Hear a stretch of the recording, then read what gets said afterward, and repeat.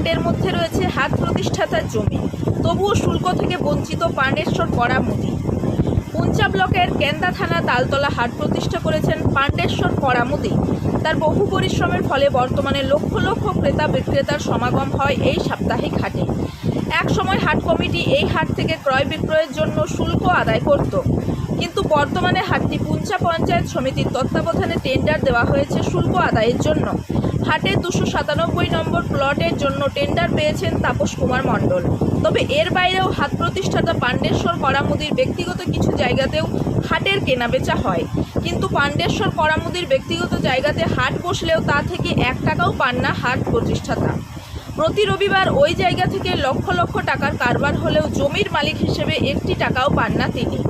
এ বিষয়ে হাটের টেন্ডার প্রাপক তাপস কুমার মণ্ডল জানান, পাণ্ডেশ্বর বাবুর ব্যক্তিগত জায়গাটি নিয়ে বারবার বিডিওকে জানানো হয়েছে, কিন্তু বিডিও স্যার বলেছেন যেহেতু ওটা ব্যক্তিগত জায়গা তাই ওখানে প্রশাসন হস্তক্ষেপ করবে না। আমাকে 297 প্লট যার পরিমাণ হচ্ছে 26 একর কিছু, সেটার থেকে ওনারা আমাকে টেন্ডার দিয়েছে। পাণ্ডববাবু যেটা ব্যক্তিগত প্রপার্টি ওটা টেন্ডার দেয়নি। ওটা কে করছে? ওটা করছে আমাদের যে এখন বর্তমান কোষাধ্যক্ষ আছেন, প্রভাবিত করে উনি করছেন। ওনার ভাইকে দিয়েছে ছাগল বাজার 1 লাখ টাকা, যেটা 2 লাখ টাকা পর্যন্ত নিতে পারবে। এখন পাণ্ডেশ্বর বাবু কী পাচ্ছে? আমাদের হাট থেকে 3000 দেওয়া হয় সামথিং, দয়ার দান। বাকি ওনার জমি থেকে? ওনার জমি থেকে কিছু দেওয়া হয় না ওনাকে। তাহলে ওটা কে ভোগ করছে? ওটা আমাদের গোপীনাথ বাবুর ভাই যে রামপদ মণ্ডল। উনি কি ওই জমির মালিক না? না। তাহলে কেন পাচ্ছে উনি? উনি ব্যক্তিগতভাবে টেন্ডার দিয়েছেন ওটা 1 লাখ টাকায়। এর আগেবার 1 লাখ করেছিল, এবারে নিজের ইচ্ছা মতো উনি করেছেন। 10% লেস নিয়ে 1,20,000 টাকা দিয়েছেন। সেটা কি আপনারা কিছু পান নাই? না, আমরা এখন থেকে কিছু পাইনি। এই বিষয়ে প্রশাসন কোনো হস্তক্ষেপ করবে? প্রশাসনকে বলেছি, বিডিও সাহেবকে বলেছি। বিডিও সাহেব বলছে আমি ওই প্লটে যাবো না, কারণ আমি তো 297 প্লটটা আপনাকে দিয়েছি। ওই জমির জন্য বর্তমানে হাটের শুল্ক আদায়ের জন্য ব্যক্তিগতভাবে টেন্ডার দিয়েছেন রামপদ মণ্ডল, তবে তা থেকে জমির মালিক 1 টাকাও পান না। হাট কমিটির পক্ষ থেকে হাটের প্রতিষ্ঠাতা হিসেবে সাম্মানিক 3000 করে দেওয়া হয়। তালতলা হাট প্রতিষ্ঠাতা পাণ্ডেশ্বর কড়া মুদির ছেলে সমীর মুদির বলেন, ব্যক্তিগত জমির জন্য তারা কিছু পাননি, তবে হাট কমিটির সাম্মানিকটুকু পান। তার দাবি বর্তমানে তারা দরিদ্রতার সঙ্গে দিন কাটাচ্ছেন, তাদের ব্যক্তিগত জায়গার জন্য আরও কিছু পেলে অনেকটাই তারা উপকৃত হবেন। ডাক চলাকালীন এখন তো আপাতত এখন কিছু পাওয়া যায় না। জায়গার ধরুন জায়গা ধরুন কিছু পাওনি? কিছু পাওয়া যায় না। তাও যেখানে বললো ওরা কিছু টাকা দেওয়া হয় না, জায়গার ধরুন কিছু পাওয়া যায় না, কিন্তু ওনারা বাবা যেহেতু হাট করেছে তার সম্মান বজায়। প্রতিষ্ঠাতা, হ্যাঁ। হ্যাঁ, তার সম্মান বজায় রাখার জন্য কত টাকা দেয় ওনারা? সামথিং 3-4। হাট যিনি করেছেন উনি আপনার বাবা? তালতলা হাটের প্রতিষ্ঠাতা পাণ্ডেশ্বর কড়া মুদির ব্যক্তিগত যে জমিতে হাট বসে সেই এলাকায় শুল্ক আদায় নিয়ে যার বিরুদ্ধে অভিযোগ, সেই রামপদ মণ্ডল যদিও সাংবাদিকদের প্রশ্নের উত্তর সঠিকভাবে দিতে পারেননি।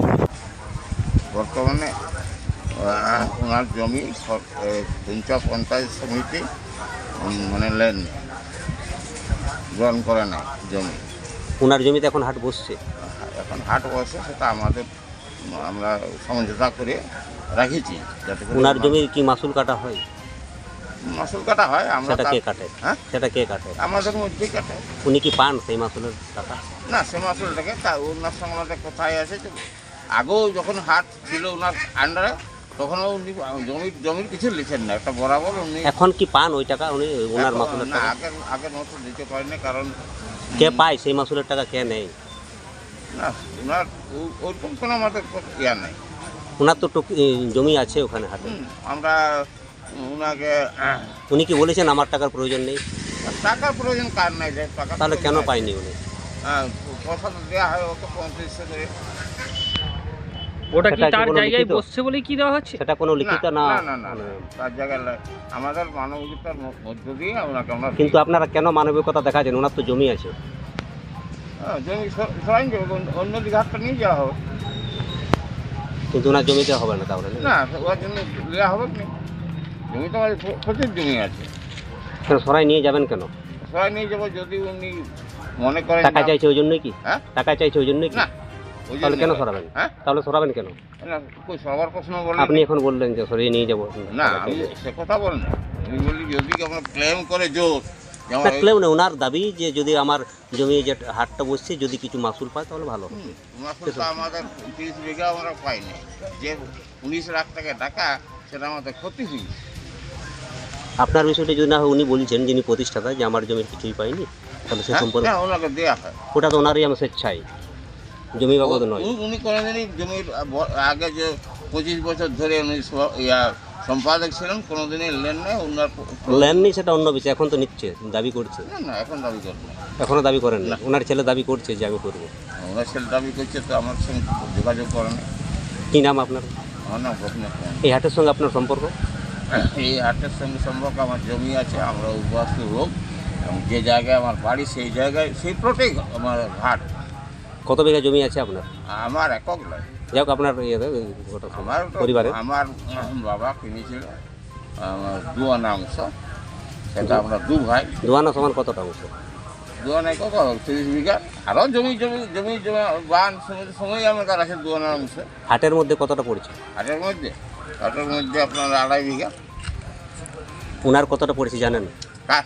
পাণ্ডেশ্বর করার মধ্যে ওরা মোটামুটি 5.5 বিঘা। তবুও মনে বঞ্চিত, কী বলবো? বলছি তো কিছু ওটা তো ওনারই আম দিচ্ছে না, যারা প্রশাসন ডাক নিয়েছে সেই দিক থেকে। প্রশাসন আমাদেরকে কিছু দেয় সেইটা আপনি আগে জানুন প্রশাসনের কাছে। প্রশাসন আমাদেরকে ওই 19 লাখ টাকা যা নিয়েছিল দিয়েছিল কিছু আমাদেরকে, তা আমরা কী করে দেবো? তা আমরা যতটা সম্ভব ওনাকে মানে ভাতে মারিনি। কেন্দা থানা থেকে দীপুত পরিমাণের রিপোর্ট, রূপসী বাংলা মিডিয়া।